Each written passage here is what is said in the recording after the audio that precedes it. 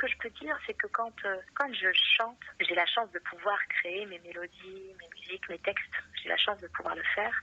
Et donc, je sais qu'une des premières règles à ne pas ignorer quand on crée, c'est de s'auto-surprendre. Ça, c'est vraiment très important. C'est-à-dire que j'ai besoin de créer une mélodie que je n'attends pas. C'est assez spécial, hein, mais il faut que cette mélodie, quand je la crée, quand l'écho revient à mes oreilles, il faut absolument que ça me plaise et que ça me fasse sourire.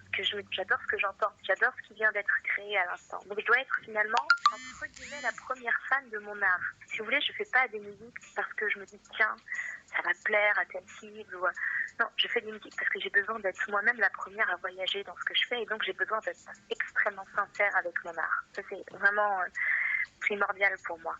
Ensuite, je pense qu'effectivement, j'ai pas envie uniquement que ma musique parle aux jeunes, aux papis, aux mamies. Je veux vraiment que cette musique parle à tout le monde. Donc il y a aussi ce désir intense depuis l'origine, effectivement. J'ai vraiment envie que le spectre soit le plus large possible et que tout le monde trouve son compte. Mais c'est déjà le cas. Alors, est-ce que votre monde a grandi depuis votre premier album, Mini World? Oh oui, énormément.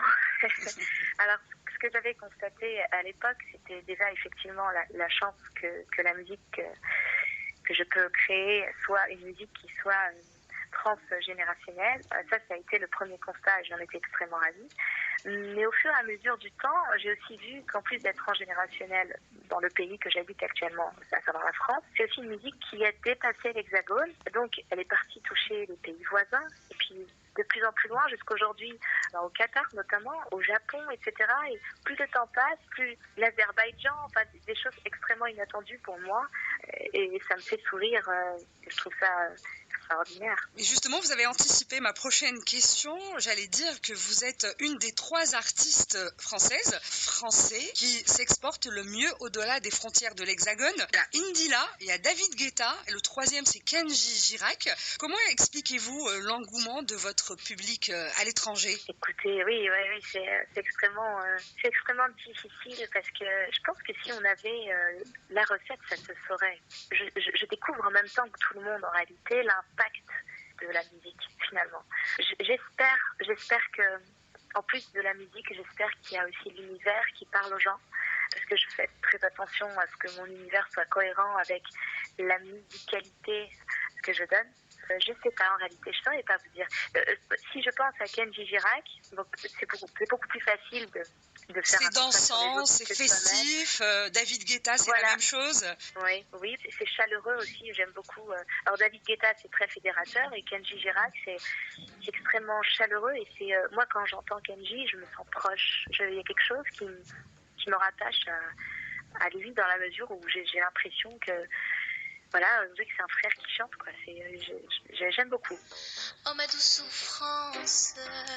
Deuxième album, 5 ans d'absence, et rien n'a filtré sur ce deuxième album. Déjà, pourquoi un vidéoclip 3 mois après la sortie du fameux single que j'ai encore en tête, avec cet air magnifique, ces accélérations, donc parle à ta tête. Un album décrit comme sincère et sans détour par votre label. Le mystère reste assez entier.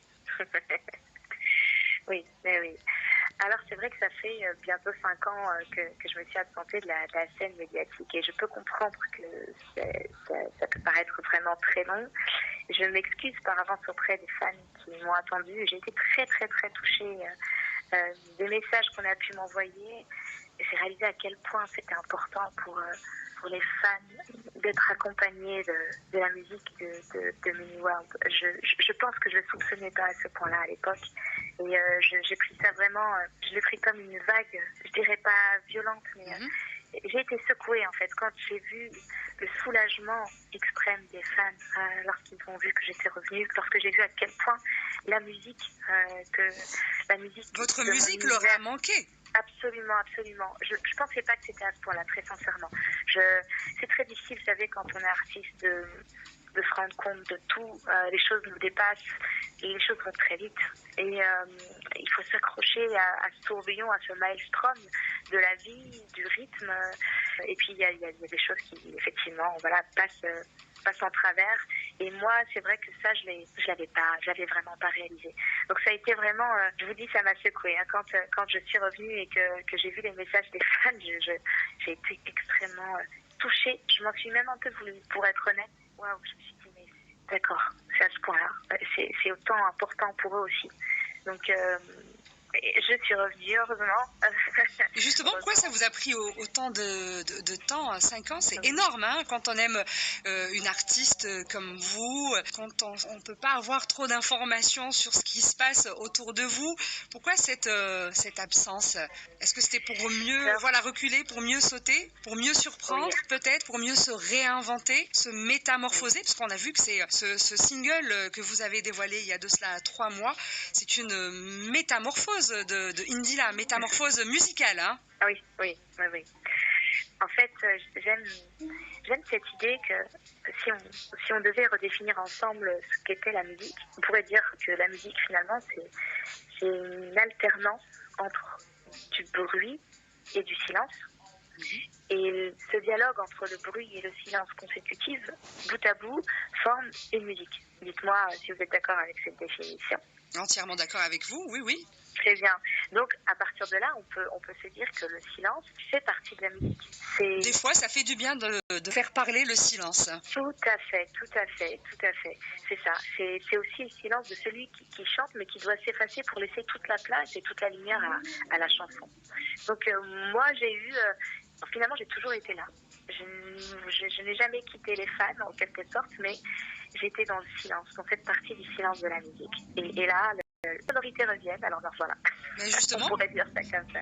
Justement, j'aimerais avoir votre avis sur cette nouvelle mode, cette tendance de rééditer des albums. Il y a plein d'artistes qui le font en ce moment, à défaut de produire des albums. Est-ce qu'ils le font par manque d'inspiration? On aurait pu se dire que Indila aurait pu faire la même chose finalement. Oui. Alors, je pense pas avoir... Pour combler peut-être ce vide, ce manque d'inspiration. Peut-être, je pense que ce qui compte, c'est de faire de son mieux, quoi qu'il arrive. Ce qui compte, c'est de faire de son mieux. Et si on devait prendre en référence ces artistes-là, je pense que ce qu'il y a d'important, c'est de vouloir quand même garder la musique présente à tout prix, que ce soit de la réédition ou... Je salue quand même la démarche de vouloir combler... D'être présent constamment. Absolument. Oui, je comprends tout à fait ça. Après, il est vrai que de mon côté, j'aime beaucoup créer et j'ai la chance de pouvoir très souvent être inspirée. Donc, c'est moins un souci pour moi, j'ai envie de dire. Et comme je vous disais, j'ai besoin d'être moi-même la première à voyager et d'être extrêmement convaincue de ce que je fais, d'être admirative de l'art qui vient de sortir. J'ai besoin d'être aux premières loges. Et donc, je n'hésite pas à produire quand c'est possible. En mode VIP. Coucou, c'est Indila. Au Qatar, vous écoutez mon dernier single, Parle à ta tête, sur Oryx FM. Je veux qu'on m'écoute, oui, je veux qu'on me comprenne. Je veux aimer savoir pourquoi je suis là. Dis-moi pourquoi je suis là. C'était la première partie de notre interview avec Indila. La suite à découvrir bientôt sur Oryx FM. En mode VIP. Une personnalité de l'actualité locale ou internationale en mode VIP. Tous les lundis à 18h05 et 21h sur Oryx FM.